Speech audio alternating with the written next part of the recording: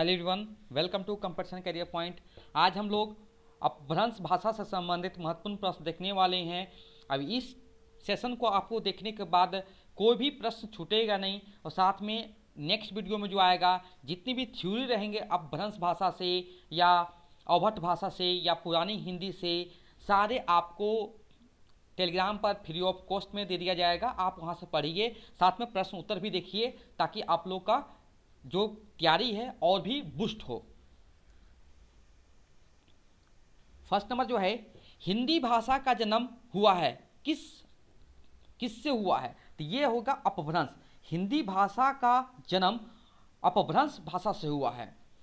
तो यहाँ पर देखिए एक फैक्ट भी लिखा हुआ है, हिंदी भाषा के इतिहास का आरंभ अपभ्रंश से माना जाता है। किससे? अपभ्रंश से माना जाता है। सेकेंड नंबर है, कौन सी भाषा संस्कृत भाषा की अपभ्रंश भाषा है? पाली हो जाएगा। क्या हो जाएगा? पाली। देखिए अब हिंदी विकास का जो विकास क्रम है उसे जरूर देखिए, यहां से भी प्रश्न बनेंगे। देखिए संस्कृत, पाली, प्राकृत, अपभ्रंश, अवहट, प्राचीन और प्रारंभिक हिंदी। ओके, संस्कृत, पाली, प्राकृत, अपभ्रंश, अवहट, प्राचीन, प्रारंभिक। इस क्रम को जरूर याद करिए, एक प्रश्न आपका यहां से श्योर शॉट बन जाएगा। ओके, नेक्स्ट देखिए, एकदम क्रम बाय क्रम याद रखिएगा, क्रम से क्रम। थर्ड नंबर है, हिंदी की आदि जननी है। तो हिंदी की आदि जननी क्या हो जाएगा? संस्कृत है। हिंदी का आदि जननी संस्कृत है, इसे भी याद रखिए, ये भी इंपॉर्टेंट है। फोर्थ नंबर है, अपभ्रंश शब्द का प्रयोग सर्वप्रथम किसने किया?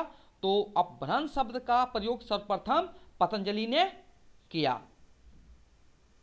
5 नंबर है, मैथिली का विकास किस अपभ्रंश से माना जाता है? तो मागधी अपभ्रंश हो जाएगा इसका।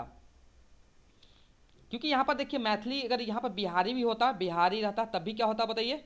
यहां पर बिहारी भी होता तो क्या होता?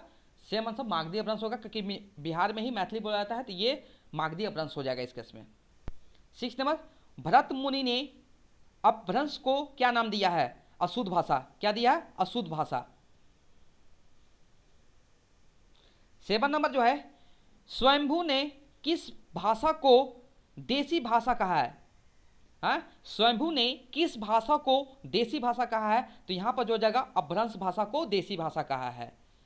8 नंबर है, अपभ्रंश शब्द का विकास किस रूप में हुआ है? तो अवभंश रूप में हुआ है, अवभंश। 9 नंबर जो है, पुष्पदंत किस शताब्दी के कवि थे? पुष्पदंत यहां पर है 10वीं शताब्दी के कवि हैं।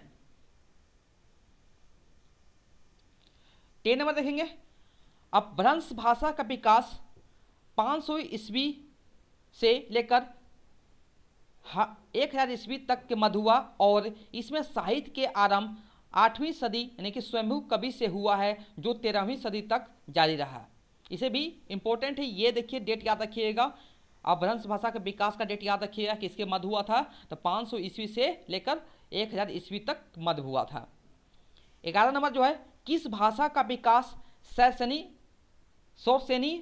सौसेनी अपभ्रंश से हुआ है? तो क्या होगा? पश्चिमी हिंदी, राजस्थानी, गुजराती। ऐसे भी प्रश्न बनेंगे आपको। ये इस टाइप का जो प्रश्न है, एक क्वेश्चन जरूर रहेगा, 1 मार्क्स का जो भी, या एक प्रश्न जरूर रहेगा यहां से। ओके, देखिए 12 नंबर है, कौन सी आधुनिक भाषा अर्धमागधी अपभ्रंश की है? क्या हो जाएगा? पूर्वी हिंदी। 13 नंबर है, पहाड़ी भाषा किस अपभ्रंश के भेद का अंतर्गत है? तो खस हो जाएगा, बहुत इंपॉर्टेंट है ये सब। 14 नंबर, पंजाबी और सिंधी भाषा किस अपभ्रंश के भेद के अंतर्गत है? तो बाचड़। देखिए इस टाइप के मैं प्रश्न है इसलिए दिखाया यहाँ पर कि आपको पता चले कि कैसे कैसे प्रश्न बनते हैं। अब देखिए यहाँ पर इसको, इस चार्ट को पूरा का पूरा याद कर लीजिएगा आप लोग। इस चार्ट को आपको पूरा का पूरा याद कर जाना है, तभी आपका 1 अंक या 2 अंक जरूर आ जाएंगे यहाँ से। देखिए यहाँ पर सबसे पहले यहाँ पर अपभ्रंश के भेद दिए हुए हैं और उसके साथ आधुनिक भारतीय आर्य भाषा, कहने का मतलब अपभ्रंश से आधुनिक भारतीय आर्य भाषाओं का विकास। देखिए सौरसेनी, देखिए अपभ्रंश का भेद जो है सौरसेनी है, इसके अंतर्गत कौन को आर्य भाषा आते हैं? पश्चिमी हिंदी, गुजराती, राजस्थानी, ये 3 भाषा इसका आएगा, जरूर याद रख के जाइएगा। सौरसेनी अपभ्रंश के भेद के अंतर्गत पश्चिमी हिंदी, राजस्थानी और गुजराती आते हैं। उसके बाद अर्धमागधी में देखिए पूर्वी हिंदी, बहुत कंफ्यूजन वाला क्वेश्चन है क्योंकि देखिए शौरसेनी में पश्चिमी हिंदी आएगा और अर्धमागधी में क्या होगा, पूर्वी हिंदी आएगा। मागधी अंदर के देखिए बिहारी आ जाएगा भाषा, उड़िया भाषा आ जाएगा, बांग्ला, असमिया। मागधी में 4 भाषा, ओके, मागधी में कितना 4 भाषा, अर्धमागधी में 1 भाषा और शौरसेनी में 3 भाषा। तो टोटल कितना हो गया, अभी 7 हुए। अभी और देखिए खस के अंतर्गत देखिए खस जो है पहाड़ी, खस अपभ्रंश भेद के अंतर्गत पहाड़ी, और बराचर के अंदर क्या है देखिए 2 भाषा आएंगे, कौन कौन बताइए, पंजाबी और सिंधी, और महाराष्ट्री में मराठी भाषा का आएगा। तो ये था आपको, जैसे में यहाँ पर जरूर इसको याद करके चले जाइएगा, आपको इसका PDF मिल जाएगा टेलीग्राम चैनल पर, ओके।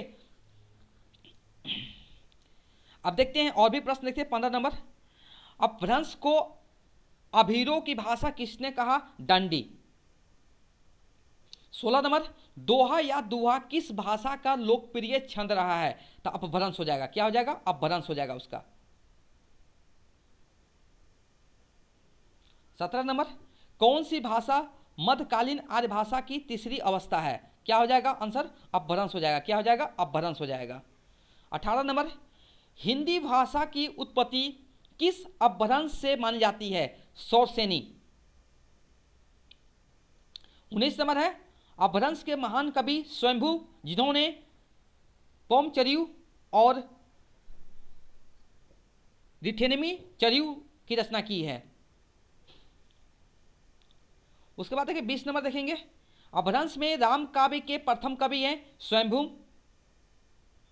21 नंबर जो है, मागधी अपभ्रंश के अंतर्गत आर्य भाषा है, देखिए बिहारी, उड़िया, बांग्ला, असमिया। यहाँ पर जो दिया गया 4 ऑप्शन दिएंगे, जैसे 4 ऑप्शन में बोलेगा कि 3 ऑप्शन यहाँ से रहेंगे और उसमें कुछ एक और डाल देगा, कन्नड़ डाल देगा, तो यहाँ पर आपका कन्नड़ आंसर हो जाएगा उसके अनुसार।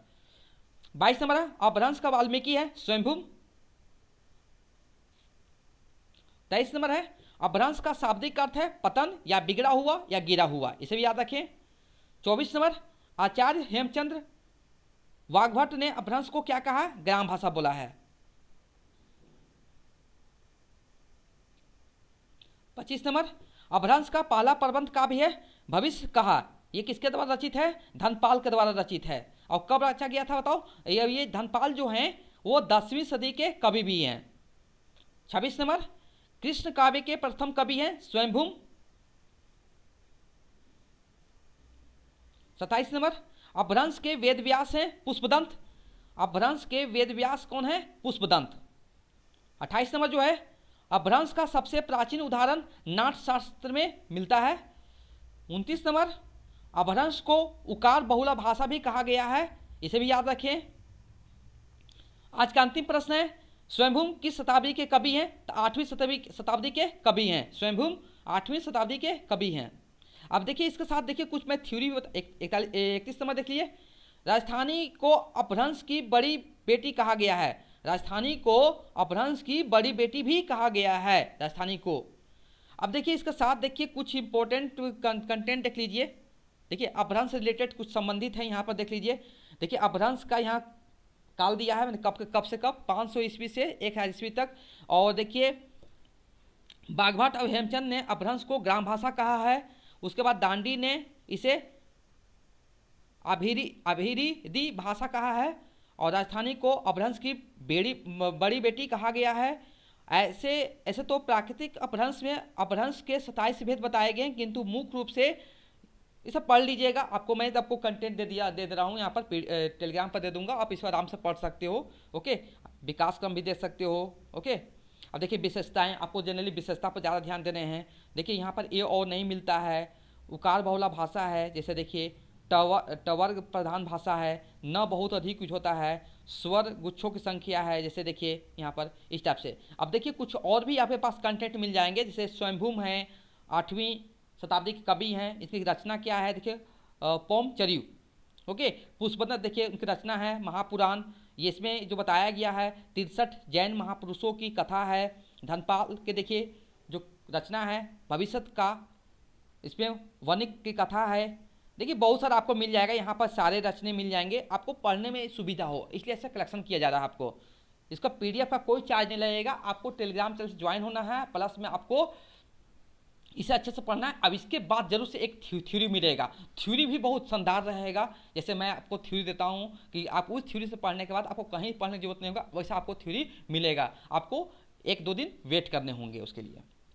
देखिए अपभ्रंश का पहला प्रबंध का भविष्य का है। और देखिए राम काव्य के प्रथम कवि स्वयंभूम को बोलता है, कृष्ण काव्य के प्रथम कवि स्वयंभूम को कहा गया है। देखिए अपभ्रंश के वाल्मीकि, स्वयंभूम, अपभ्रंश के वेद व्यास, पुष्पदंत, ये सब आपको मिल जाएंगे अच्छे से।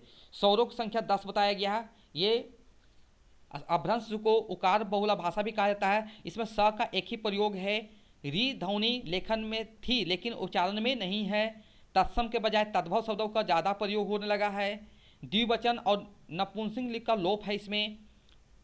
देखिए यहाँ पर काल दिया है, फिर से शाब्दिक पथन है। अन्य नाम देखिए अवंश, ग्रामीण भाषा, देसी भाषा, अवट, सारे इसके अन्य नाम हैं। ओके, अपभ्रंश भाषा का सर्वप्रथम प्रयोग पतंजलि ने किया था। ओके, देखिए सबसे पहले आचार्य व्याडी ने किया था, उसके बाद पतंजलि, लेकिन हम लोग पतंजलि को ही देते हैं श्रेय। अपभ्रंश का सबसे प्राचीन उदाहरण नाट्यशास्त्र में मिलता है। तो ये इतने थे। आपको इस टाइप का कंटेंट आपको यूट्यूब में कहीं नहीं मिलेगा। जितना मैं प्रश्न उत्तर करवाता हूँ, साथ में आपको थ्योरी देता हूँ, आप देख लीजिए, कहीं पर भी गूगल में भी नहीं मिलेगा। तो इसलिए आप पूरा को इसको नोट डाउन कर लीजिए, नोट्स बना लीजिए, या टेलीग्राम चैनल से PDF डाउनलोड कर लीजिए, तभी आपको इससे फ़ायदा मिलेगा। Okay, thank you so much for watching my video.